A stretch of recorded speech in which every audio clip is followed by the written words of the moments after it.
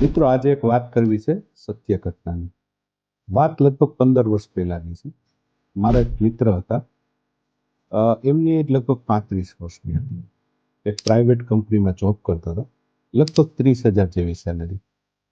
એક પત્ની જે ગૃહિણી હતી, અને એક એમનો સન 9 વર્ષનો, જે ચોથા ધોરણમાં અભ્યાસ કરતો હતો. એક સીધું સાદું જીવન, અ, સરળ રીતે જીવતા હતા. રોજબરોજના ખર્ચાઓ નીકળતા હતા. સ્કૂલની ફીસ જતી હતી અને મકાનનો ઈએમઆઈ જતો હતો. બીજી કોઈ ખાસ સેવિંગ નહીં. અને આવી રીતના શાંતિથી એ લોકોનું જીવન પસાર થતું હતું.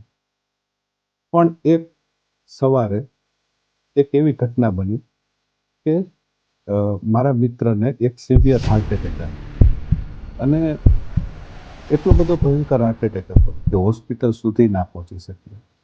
મિત્રો, એક જ મિનિટની ઘટના અને આખા પરિવારનું ફ્યુચર ધડામ. રોજબરોજના ખર્ચા અટકી ગયા, દીકરાની ફી અટકી ગઈ, અને ઈએમઆઈના હપ્તા પણ અટકી ગયા. કમાનારો જતો રહ્યો, પણ જવાબદારીઓ તો એમને મળી. પણ આ આખી ઘટના પાછળ, ખરાબ ઘટના પાછળ, એક સારી બાબત એ હતી કે મારા મિત્રએ લગભગ 2 વર્ષ પહેલા એક ટર્મ પ્લાન લીધો હતો, 50 લાખ રૂપિયાનો. થોડી પ્રોસિજર કર્યા પછી એ 50 લાખની રકમ એમના પરિવારને મળી ગઈ, અને એમની ફિક્સ ડિપોઝિટ કરાવી દીધી, જેથી કરીને જેમની 30,000 રૂપિયાની આવક હતી એ શરૂ રહી. એકાદ વર્ષમાં એમના વાઈફે પણ એક પ્રાઇવેટ સ્કૂલમાં ટીચર તરીકે કામ ચાલુ કરી દીધું, અને એની આવક પણ થોડી ઉમેરાણી. દીકરાની પરવરિશ થતી રહી. અત્યારે દીકરો લગભગ પોસ્ટ ગ્રેજ્યુએશન કરે છે, અને થોડા સમયમાં એ પણ સારું કમાવા મળશે અને સેટલ થઈ જશે એવી આશા છે.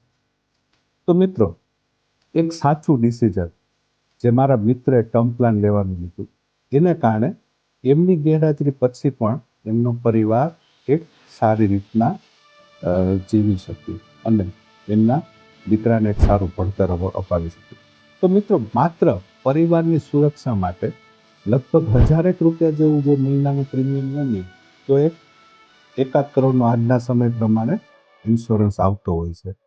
તો તમને નથી લાગતું કે દરેક લોકોએ પોતાની સુરક્ષા માટે આટલા પૈસા તો ખર્ચી જ શકે? વિચારજો. Thank you.